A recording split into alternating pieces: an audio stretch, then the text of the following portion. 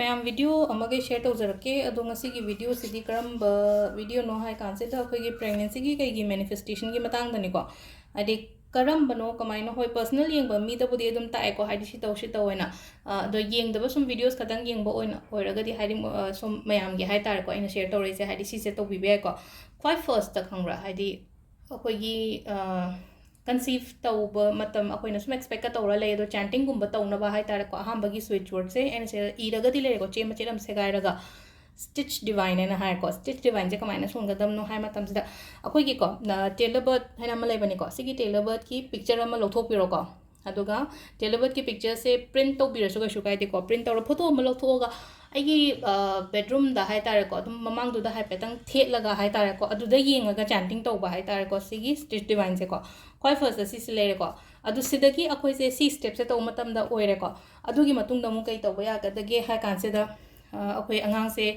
baby boy pamba yawi baby girl pamba yawi ko ado se da hai di koi first ta baby boy gyan hai ra ge ko baby boy gi amuk ma gi switch word sina kari no ha pe ko perfect copy warrior and like ko haidi warrior se koi gi male type energy ne ba adu dunna ne ko haidi se da perfect copy warrior se sina koi gi baby boy gumba ga sum ngai raga leiba haji pregnant ga oiraga leiba nupi ngai hai tare ko moina son bi be ai ko ado si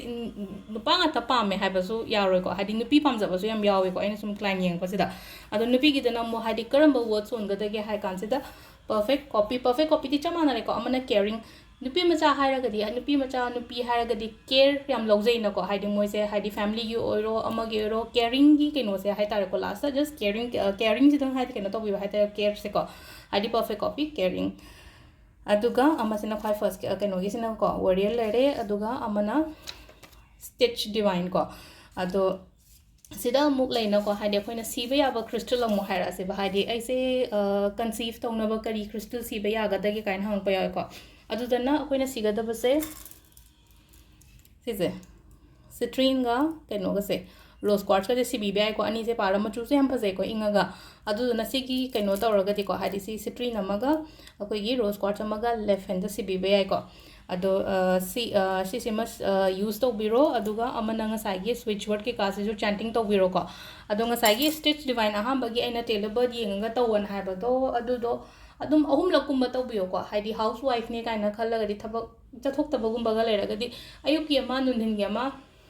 nungdang gi ama hai tare ko minute manga dagi na tara phawba adi thaba yam chillaga di 5 minutes kumba tawro thabak yam khara komba mi oraga na adi 10 minutes kumba tawba hai tare ko ado once adu dagi success oi gra kanda makha ta na hai ba do hadi sigi ani switch word ani se muson bi mayai ko hadi aina apamba baby dugi matungi na hai tare ado sida leire ngasigi akogi pregnancy manifestation gi videos ko makha ta ba mu ko na keno tawrse ko dum